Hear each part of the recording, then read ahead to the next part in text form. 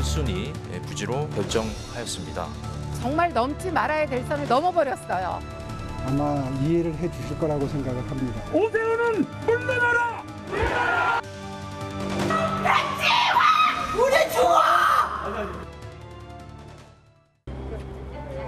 마포구 상암동에 소각장을 추가로 건설하는 문제가 최근 뜨거운 이슈로 떠오르고 있습니다. 서울시는 소각장 부지로 상암동만한 곳이 없다며 소각장 추가 건설 의지를 확고히 하고 있는데요. 소각장이 기피시설이다 보니 인근 주민들은 크게 반발하고 있죠. 마포구 상암동 소각장 건설 문제, 반대하는 주민들의 이기주의인지 아니면 이유 있는 주장인지 집중 취재 왓 이슈에서 짚어봅니다. 시작은 서울시 신규 소각장 후보지로 마포구 상암동이 지목되면서부터입니다. 서울시가 지난 8월 31일 신규 소각장 후보지로 마포구 상암동을 발표한 것입니다. 상암동에 하루 1,000톤을 처리할 수 있는 소각장을 추가로 짓겠다는 게 서울시의 계획. 해당 부지는 서울시 소유로 토지 매입비가 들지 않고 이미 폐기물 처리 시설로 지정돼 있어 도시계획 시설 결정이 필요하지 않아 행정적으로 이롭다고 시는 설명했습니다. 무엇보다 300m 이내에 살고 있는 주민이 없다는 게 이점으로 작용했다고 시는 밝혔습니다. 이 마포 후보지가 1순위로 된 그 사유는 주변에 300m 내에 주거 주민이 없다는 점과 현재 도시계획 결정이 되어 있고 또 시유지다 이런 점들이 우수한 평가를 받아서 서울시는 쓰레기 처리 용량 증설이 시급하다며 주민들의 협조를 구했습니다. 실제 서울에서 발생하는 쓰레기는 하루 평균 3,200톤. 이 중 절반은 마포와 강남 등 서울에 있는 4개 소각장에서 태워지고 있는데 소각장에서 처리하지 못하는 1,000톤가량의 쓰레기는 수도권 매립지에 그냥 묻히고 있기 때문입니다. 여기에 정부가 2026년부터 쓰레기 직매립을 금지한다고 밝히면서 서울시로서는 소각장을 추가로 건립할 수밖에 없는 상황인 겁니다. 그 지역 주민 여러분들은 굉장히 섭섭하시고 또 속상하시고 그러실 거예요. 그런데 사실 내용을 정확하게 다 파악하시고 나면 아마 이해를 해 주실 거라고 생각을 합니다.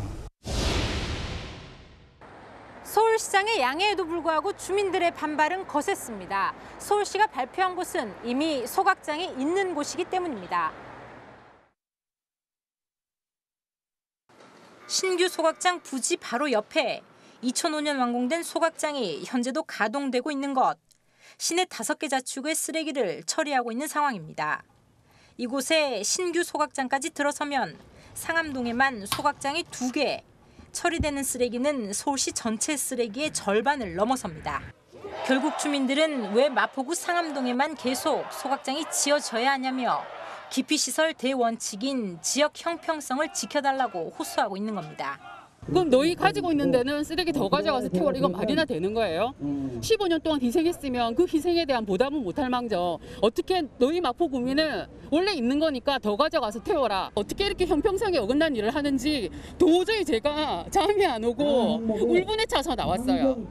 실제 서울시는 상암동을 신규 소각장 후보지로 지정하면서 기존 소각장이 있다는 점은 그닥 고려하지 않았습니다. 중복시설이 있는지 없는지를 평가하는 항목에 100점 만점에 겨우 3점을 배점한 것. 거기에 더해 상암동은 다른 환경시설도 아닌 똑같은 시설인 소각장이 있는데도 겨우 0.3점만을 감산시켜 평가했습니다. 있는 데나 없는 데나 중복이 되는 데나 안 되는 데나 낮춰놓고 점수는 그중에서 제일 높게 똑같이 줬다라는 게 이게 마포구 니네 또 들어와라는 얘기밖에는 이걸로밖에는 사실 증명이 안 되는 거예요. 기존 4개 소각장 중에 상암동만 후보지로 올라온 점도 논란입니다. 서울시가 입지 후보지로 올렸다는 36개 지역에는 노원구 상계동과 양천구 목동, 강남구 일원동 등 기존 소각장이 있는 곳은 전부 배제됐습니다. 유일하게 마포구 상암동만 후보지로 다시 올라온 것입니다. 3,200톤의 쓰레기의 거의 3분의 2 이상을 특정 지역이 처리하는 독박소각 형태가 되거든요. 적어도 4개의 기존에 운영하고 있는 것은 배제하는 것으로부터 출발했어야 되는데 신규 소각장의 후보지를 결정했던 입지선정위원회는 허점투성이었습니다. 2020년 12월 8일 폐촉법 시행령이 개정되면서 위원을 11명 이상으로 구성해야 하는 것. 하지만 서울시가 같은 달 출범시킨 입지선정위원회는 위원이 10명이었습니다. 서울시는 시행령 개정 전인 12월 4일 입지선정위원회가 구성됐다고 해명하고 있지만 위원들의 임기가 위촉장 수요일을 기준으로 정해진다는 점을 감안하면 입지선정위원회가 구성된 날짜는 12월 15일, 시행령 이후라는 해석도 나올 수 있습니다. 주민 대표 요건도 미흡했습니다. 법에 따라 입지선정위원회는 폐기물 처리 시설 주변에 거주하고 있는 주민 대표를 3명 이상 구성하도록 돼 있는 것. 하지만 서울시 입지선정위원회 주민 대표에는 마포구 주민은 전혀 없었습니다. 타 지역 통합방위위원회 위원이 포함되거나 환경 전문가가 주민 대표로 돼 있는 겁니다.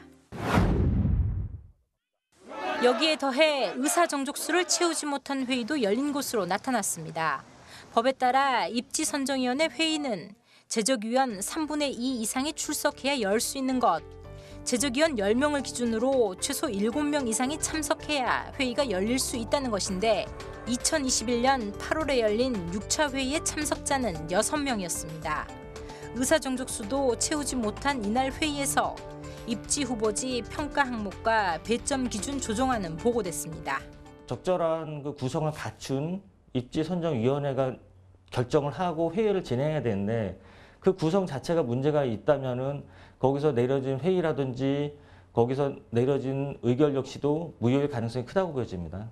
님비라고 할 수 없는 것이 이게 예를 들면 폐기물 처리 시설이 한번 들어왔을 때, 뭐 소각장 시설이 들어왔을 때 그 시설은 길게는 수십 년, 100년 이상을 가게 되거든요. 그리고 또 하나 중요한 것은 사회 경제적인 피해가 그저 내 집 앞마당 안 되라고 하기에는 너무 커요. 기피시설일수록 후보지 선정 과정은 투명하고 공정해야 합니다. 법의 근거에 조금이라도 미비점이 있다면 더 큰 불신과 반발을 낳을 수밖에 없는 말 그대로 기피시설이기 때문입니다. 또 하나 이미 있는 곳에 짓는 게 가장 합리적이다는 서울시의 논리대로라면 기피시설이 있는 자치구는 계속해서 기피시설을 떠안아야 하는 구조가 될 겁니다. 행정 편의주의적인 결정이 이미 희생을 감당하고 있는 주민들에게 또 한 번의 희생을 강요하고 있는 건 아닌지 생각해 볼 일입니다. 집중 취재 왓 이슈입니다.